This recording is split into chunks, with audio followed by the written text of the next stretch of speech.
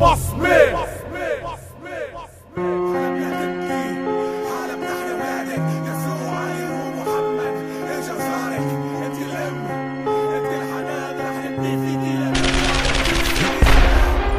حلب تقاسي ضحي مشان كراسي، اهلا يموتوا يتشردوا، الموضوع ما دخل براسي زل خوف اصف بمدفع الجحيم، والحجة هي كانت انزال راس الزعيم، بس عمين عالشعب اللي راح ومات، كم ضحية لحرب بحجة فقت من سبات، قدت حلب جاعت حلب عطشت، ولاد شربوا دم بعد ما كانت الجنة والنعيم، وهلا صارت خراب دمار، إن كان قاصفها نظام واحرار، فصار سلاحهم هاون او برميل، قصف عشوائي بس الحق على مين؟ على مسيحي او علوي ولا المسلمين؟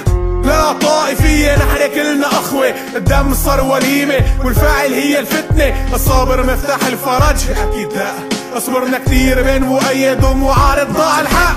حلب لا تبكي، حلب نحن ولادك، يسوع علي ومحمد اجا وزارك، انت الام انت الحنان، رح نبني فيكي لا ترجعي تحسي بسلام.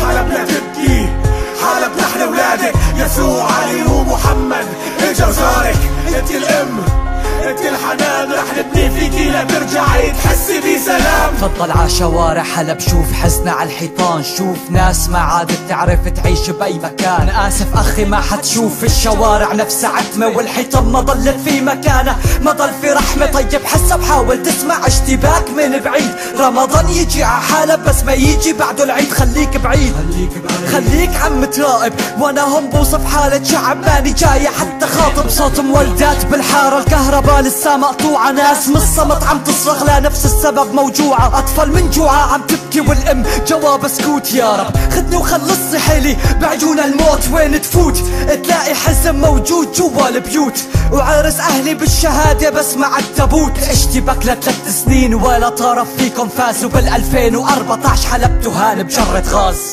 حلب لا تبكي، حلب نحن ولادك، يسوع علي ومحمد اجا وزارك، انت الام انت الحنان، رح نبني فيكي لا ترجعي تحسي بسلام.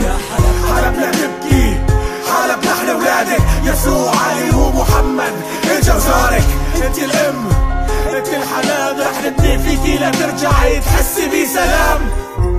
ليش نزلت القذيفة؟ يعني موغير بلاد، ليش؟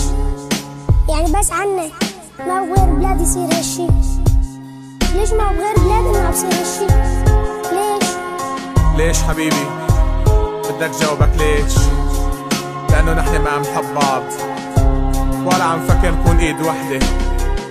حبيبي هي حلب هي حوتنا وربتنا، خلتنا نكون رجال وما خزلتنا، بس نحن اللي خزلنا فيها. بصمة العربية مستر رايت، هي زمان، هي حلب، راب داش ايكون.